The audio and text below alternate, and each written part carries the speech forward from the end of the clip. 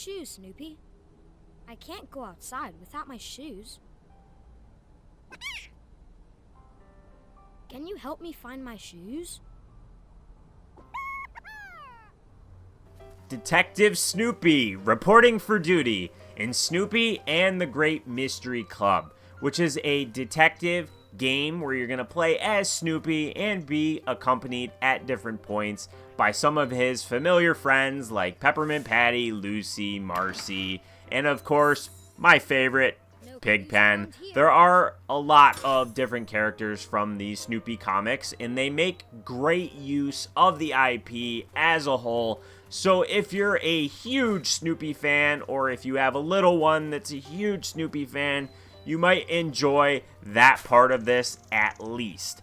Which I want to start there with what I actually liked about the game before I get into my complaints and what I found to be a bit on the boring side. So the Snoopy IP is utilized very well here. All the characters are incredibly well written for their dialogue. All their personalities come across very well. The stories for all 4 of the chapters as you're unraveling each of these mysteries is pretty good. The voice acting's good. Visually, the game looks appropriate and pretty nice. Keep in mind, this is the Nintendo Switch version, so some of the jaggies and not quite being as crisp and clear as the other platforms is to be expected. I played it on Switch 2, didn't run into any sort of performance issues, which should come as expected because there's not a whole lot going on visually. The camera here is from a fixed angle, so you can't rotate it, move it around. You always have this one perspective, which at times is a bit weird because you have to run towards the screen and you can't really see what you're running towards. But I digress. The Snoopy IP is used really well here. And one of the main things you can unlock, which is a collectible, are comic strips, which is great because, like I said, if you're a big Snoopy fan, this is good incentive to search for these comic strips. Now, you're going to get one full page, and there's quite a few of these over the course of the entire game. But if you buy the deluxe edition, they do add in 3 additional pages, so a ton of comic strips. There's 1 extra costume for Snoopy that serves strictly as a cosmetic, and then there are 2 additional mini games with 2 stages of each. And coincidentally, they end up being the best 2 mini games in the game, which is fantastic. So for an extra $10, that's what you get. That's what you can expect if you decide to get the deluxe edition. So now, getting to the gameplay.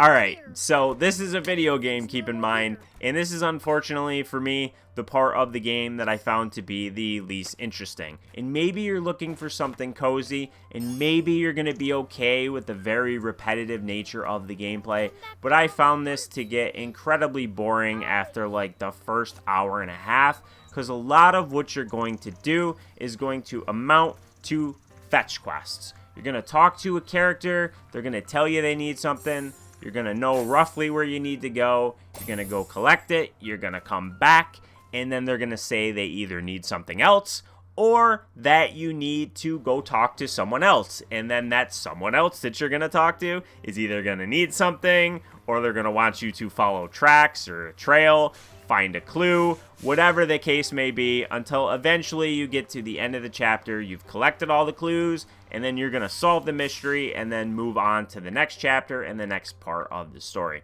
Now, sprinkled throughout this as well are some mini games. And for the most part, these are just as uninteresting as the rest of the game because a lot of them are quick time events. Kicking a football, playing a piano, stuff like that. And then there's also a card game where they're going to show you some cards. It's basically memory. You got to remember where they are, flip them over. That's it. The 2 best are the 2 that are also included in the bonus content with 4 additional levels like I mentioned. These are the Red Baron chase scenes, which you fly a plane and chase the Red Baron, dodging some hazards and then flying through some rings. And then the soapbox race, which is similar in that you're dodging hazards and driving through rings. Both of these, you don't control your speed, you just control your movement. But compared to the other games, these are definitely the 2 that are the most fun. And as far as the 4 extra levels of these that is included in the deluxe edition, if I'm being honest, that was the most fun I had with the entirety of the game, because it presented a pretty decent challenge and allows you to unlock some additional comics as well. So that's pretty cool. But fundamentally, like, that is the entire game. There's no reason for me to go any more in depth with anything in this game, because you're going to do exactly what I said. You're going to constantly be running around the world, talking to the different characters, collecting items they need, or multiple in some cases, and then returning to them. The whole game is basically a giant fetch quest. And I don't love this.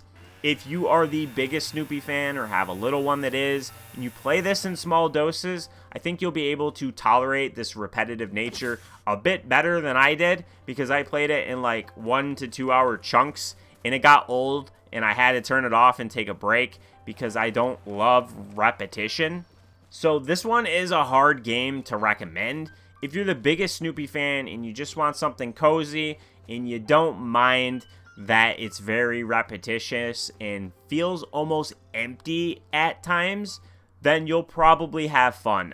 Especially if you're interested in unlocking and reading the different comic strips, which is pretty cool.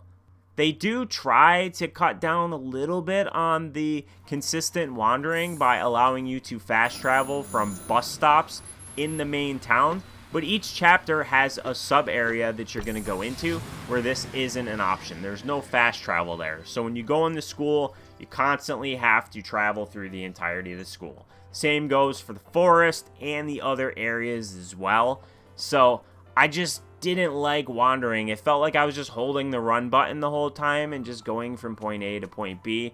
This is definitely one, I think, for the kiddos.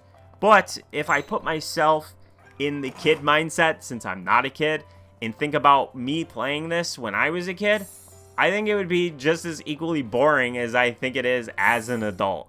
So, biggest Snoopy fans, if you love everything Snoopy regardless, then this is probably one to check out. Maybe wait for a sale, because 4 to 5 hours of gameplay for $40 or $50, depending on which version you buy, is a tough sell.